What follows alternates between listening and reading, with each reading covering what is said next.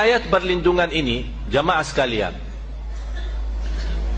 saya harap ayat ini yang terkumpul sangat bermanfaat untuk ketenangan, untuk sakit hati, untuk iri, untuk hasud, sifat sombong, untuk berlindungan dari kesurupan, dari gangguan jin, syaitan, kemudian dari sihir. Kalau ada orang yang sakit hati mau bikin sesuatu supaya kita tidak lancar usaha, tidak lancar hidup kita, apa saja masalahnya, insya-Allah dengan berkat dan kekuatan ayat ini sangat luar biasa manfaatnya.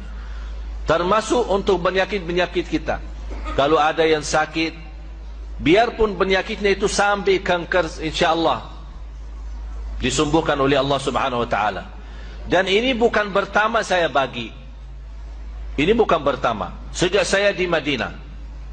Sebenarnya Bapak Ibu, saya waktu dari Madinah, alhamdulillah dari usia saya 15, saya biasa meruqyah orang. Tahu ruqyah? Tapi sejak saya datang ke Indonesia, saya stop. Kenapa saya stop di Indonesia? Karena berlebih-lebihan. Nawaitu kita membacakan untuk orang, dengan izin Allah dia sembuh, tersebar cerita, oh Syekh Ali dari Madinah hebat. Itu gara-gara itu saya tidak mau. Tapi saya, supaya anda sekalian mendapatkan manfaat, saya membagikan semua, biar anda sendiri mengobati diri sendiri. Tidak usah tunggu siapa-siapa. Dan tidak usah bayar ke saya atau bayar ke siapapun. Anda bayar lillahi ta'ala sedekah saat anda baca doa ini atau baca ayat-ayat ini. Mulai dari suratul Fatihah. Dan saya berikan rahasia suratul Fatihah, termasuk anak kita.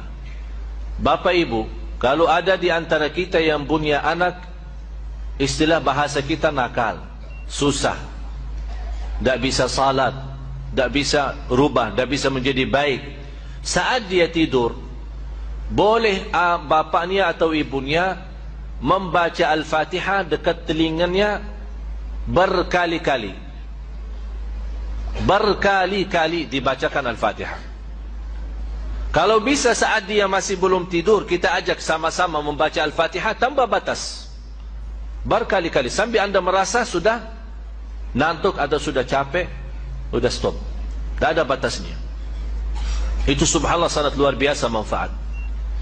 Dan saya menajarkan keluarga termasuk anak saya, apapun sakitnya, dibacakan Al-Fatihah tanpa batas, sembuh. Tidak perlu insya-Allah ke dokter.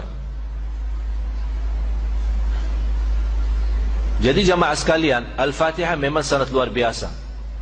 Tapi mohon maaf, banyak yang suka memang baca Al-Fatihah, tapi belum memiliki keyakinan dan kekuatan dan barakahnya Al-Fatihah ini. Cukup dari nama Al-Fatihah untuk segala pembukaan, membuka semua masalah. Membuka semua masalah. Selainkan suratul Fatihah, dari awal suratul Baqarah, kemudian ayat Al-Kursi, 3 ayat yang terakhir suratul Baqarah juga, dan ayat-ayat. Nanti insyaAllah semua akan dapat kopiannya. Tapi ada yang perlu saya jelasin. Bisa teruskan?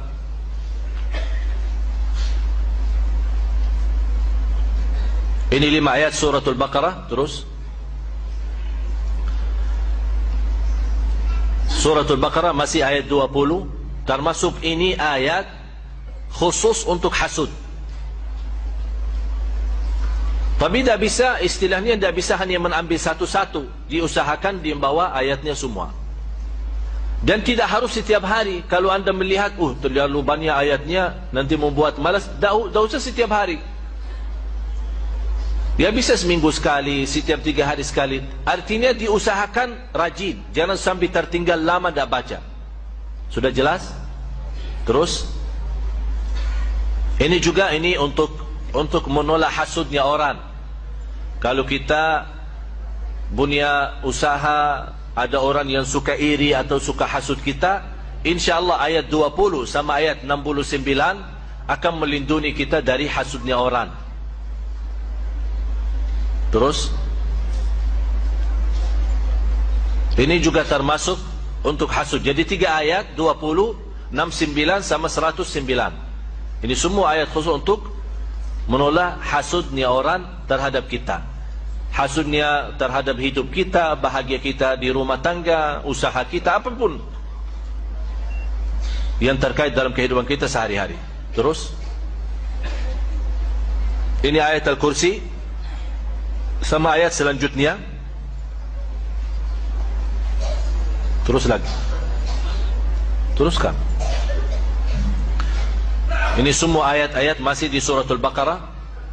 Tapi yang penting saya mau akan jelaskan cara-cara untuk memakai, bagaimana cara berobat, menobati diri sendiri atau menobati orang lain. Artinya orang lainnya, anak kita, suami kita, istri kita.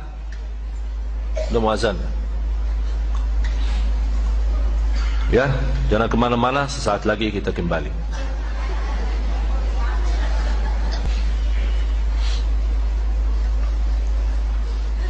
Alhamdulillah, Allahumma salli ala Sayyidina Muhammad wa ala ali Sayyidina Muhammad.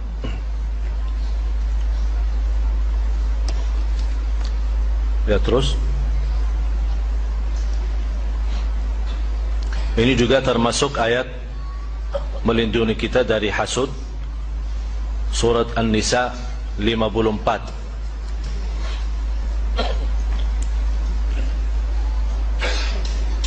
Ini juga termasuk suratul Hijr. Walaqad ja'alna fis samai burujan, ayat 16 sampai 18, 3 ayat. Kalau angka pertama itu nomor surah. Ya, angka pertama suratul Hijr 15 itu nomor surahnya. Surah 15 ayat 16 sampai dengan ayat 18.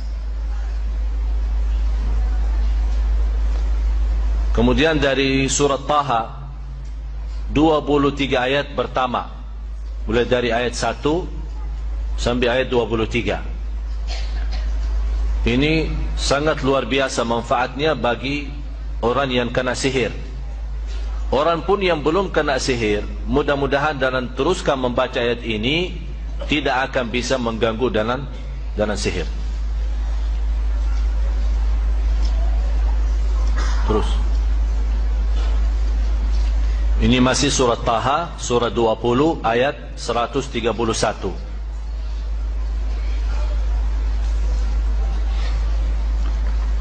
Kemudian suratul Saffat mulai dari ayat 1 sampai ayat 10. Terutama suratul Saffat ini termasuk sangat bagus untuk orang-orang yang kena kesurupan atau kena gangguan jin, syaitan. Dan termasuk orang yang sering baca 10 ayat ini, InsyaAllah sangat membantu menghilangkan was-was. Ada orang suka selalu was-was. Artinya suka was-was, ya kadang salat suka was-was, ini salat rakaat yang ketiga atau 4. Kadang-kadang dalam salatnya apakah suka baca Al-Fatihah atau belum. Kadang-kadang was-wasnya apakah sudah baca Qulhu belum.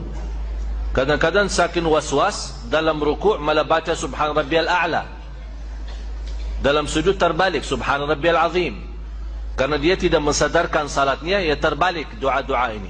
InsyaAllah dalam membawa ayat-ayat ini akan dilindungi Allah dari rasa was-was.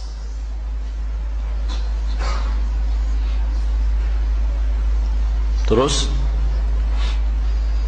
surat Tabarak, terutama 14 ayat pertama, mulai dari ayat 1 sampai ayat 14.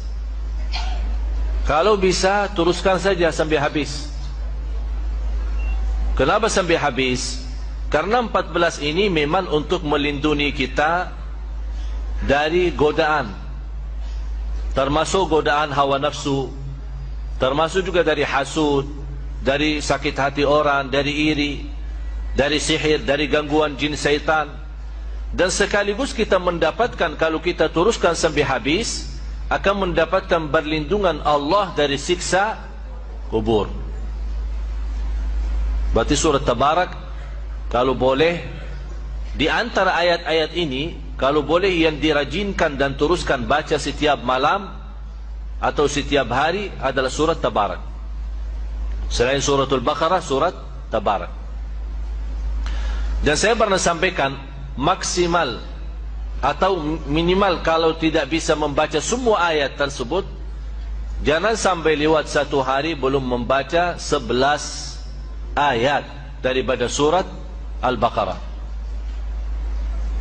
Sudah tahu 11 ayatnya itu? Selain suratul Fatihah, baca 5 ayat pertama suratul Baqarah, ditambah 3 ayat bertengahan suratul Baqarah, ayat Al-Kursi, dan 2 ayat selanjutnya, 255, 256, 257, 3 ayat. Dan ayat pertama 5 menjadi jumlah berapa? 8. 5 ayat pertama sama 3 ayat, 255, 256, 257, jadi 8. Kemudian 3 ayat yang terakhir suratul Baqarah, 284, 285, 286, menjadi jumlahnya 11. Ditambah habis 11 baca surat Tabarak. Ini yang 11 kalau boleh dijadikan wirid kita sehari-hari, jangan tertinggal. Untuk apapun, termasuk godaan batin kita, fikiran, waswas. InsyaAllah kalau anda 11 ayat terjaga dan setiap hari, Quran dari 1 minggu anda bisa hafal. Karena sering dibawa, sering dibaca. Malah saya yakin di antara bapak ibu ada yang sudah hafal. Ada yang hafal ayat Al-Kursi? Semua kan? Kenapa bisa hafal ayat Al-Kursi? Ya, sering dibaca. Berarti ini salah satu cara mudah hafal Al-Quran, sering baca. Terus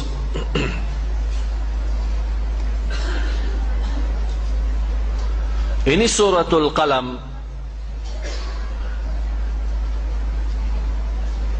Nanti supaya saat anda baca ayat-ayat ini, suratul Qalam surah 68 ayat 51, saat anda baca ayat-ayat ini, tolong buka nanti Al-Quran di rumah, baca terjemahannya, artinya. Kenapa? Supaya saat anda baca ayat ini, anda bisa mengerti maksud daripada ayat ini, memahami isinya, supaya anda saat baca merasa bagaimana berkahnya ayat dan kekuatan ayat ini untuk bermanfaat bagi kita, lahir maupun batin. Nah, terus suratul Taubah, surah ke-9 ayat 14 sama 15. Terus ini semua ayat yang saya jelaskan ini semua ada di kopiannya ya. Tinggal insyaAllah semua mudah-mudahan dapat. Terus ada yang sudah dapat? Kayak ini ada sebagian dapat sana. Ya udah nanti. Ya, nanti diatur habis salat insyaallah masing-masing dapat. Ada hampir 1000.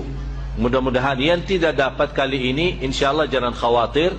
Insyaallah kita hari Jumat subuh kita ketemu lagi, insyaallah dapat insyaallah.